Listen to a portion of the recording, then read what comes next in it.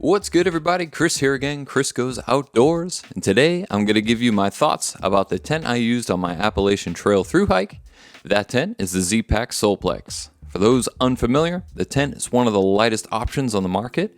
It's made of Dyneema, formerly known as cuben fiber, and weighs in at 15.5 ounces. With the stakes I used, it weighed in roughly around 19 ounces total. This style tent is all one piece. The outer wall, the bug netting, and the flooring are all fully attached, and it has one large rainbow style entrance.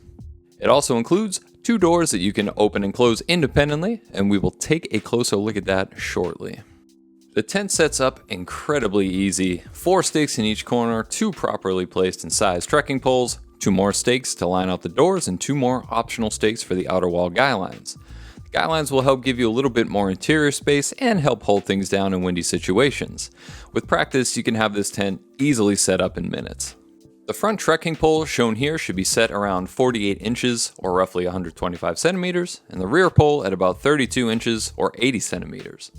The doors on the tent close with this T-shaped clip and D-ring on each door. While a little bit difficult to master one-handed opening and closing of the system, it does work really well and is still holding up quite well after the thru hike. Clip the doors and tension the line attached to the front stake by using the very simple and effective Line Lock 3 adapter. You can also find the Line Lock 3 adapters on every line of the tent, making it very easy to get everything tight. With both doors closed, you have optimal weather protection, and the added loop and toggle at the middle of the door, while also difficult to master one-handed, does a great job at keeping the doors from flapping in the wind. Each door also has the same toggle system for when you want to keep them rolled up in nicer weather or allow a breeze to blow through. Here you can see the toggle in action. It works really well and gets easier the more you use it. With at least one door down, the tent also offers some ample vestibule space. Here you can see the Zpacks Nero bag tucked easily under it with plenty of room to spare for other things. While there isn't a ton of extra room in the tent, I found it more than ample for my needs. While using a regular size Thermarest NeoAir X-Lite, I'd typically leave things I wanted easy access to by my head, and also had some space for items on both my sides as well. I typically place additional clothing items along the sides like my socks, my buff, or a sweaty shirt, and try to dry them out with body heat overnight. You can see here the plethora of random items I luckily had in my bag at the time of filming this, and hopefully that will help you get a better idea exactly how much extra room there is in the tent. These attachments here are located at both ends of the tent. They help make sure the bathtub style floor stays properly situated above the outer wall. Does a pretty good job at doing so. You can also unclip them or completely remove them if you want. I opted to leave them in. And here's a better angle showing the system in action. Condensation can of course occur in any tent, and the Solplex is no exception, but the layer of mesh between the outer wall and the floor works incredibly well at combating this. Condensation typically runs down the wall and right out of the tent, except for one circumstance, and we'll touch on that shortly. This is the back side of the tent. You could in theory leave some things under here, but there's no access to it from within the tent. It'd be cool if they could integrate a zipper or something in the middle seam of the bug netting to allow within tent access to the rear vestibule.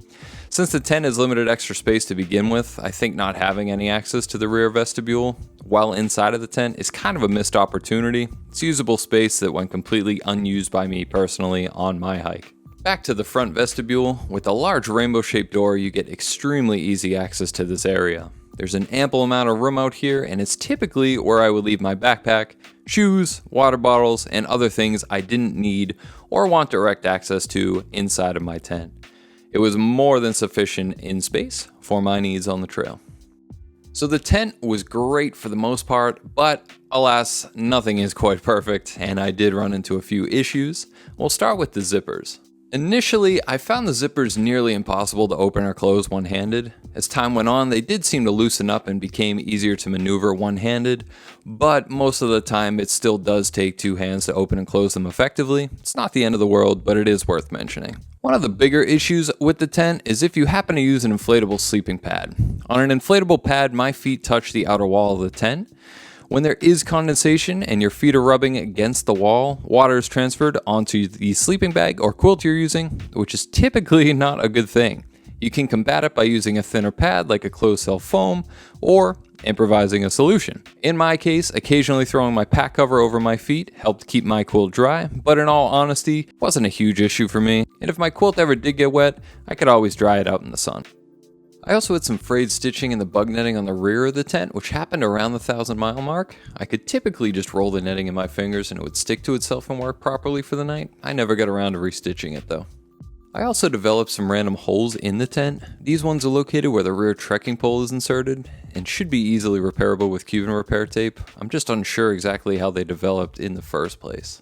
These holes though seemed a little more odd. They're located on the outer wall right above where my head would be. They're extremely tiny and only appear to be on that one side of the tent.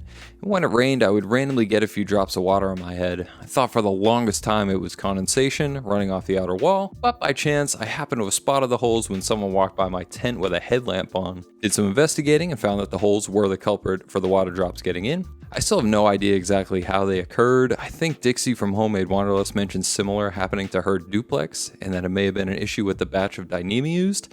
I have no idea though. They probably are repairable with cuben repair tape, and hopefully I won't experience any more.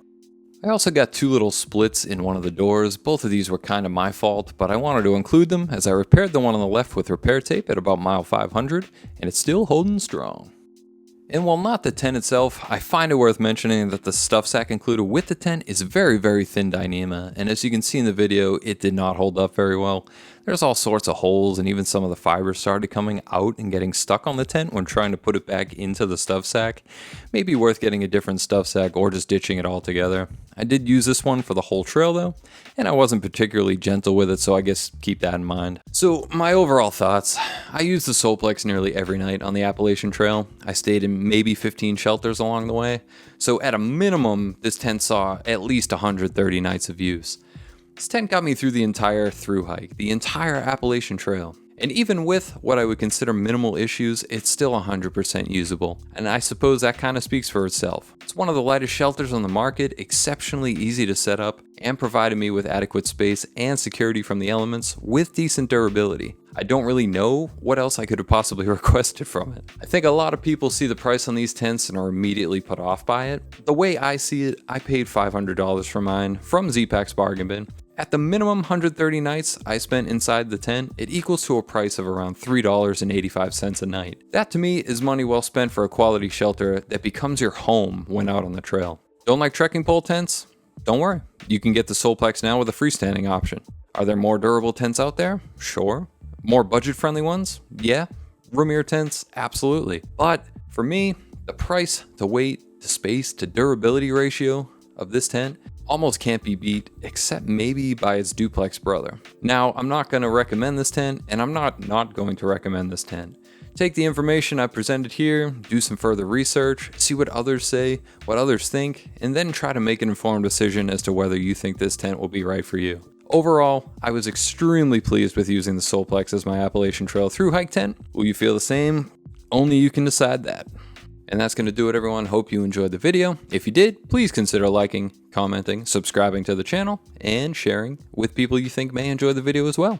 You can also follow me on Instagram at Chris Goes Outdoors. Stay tuned for the next one. We'll see you then.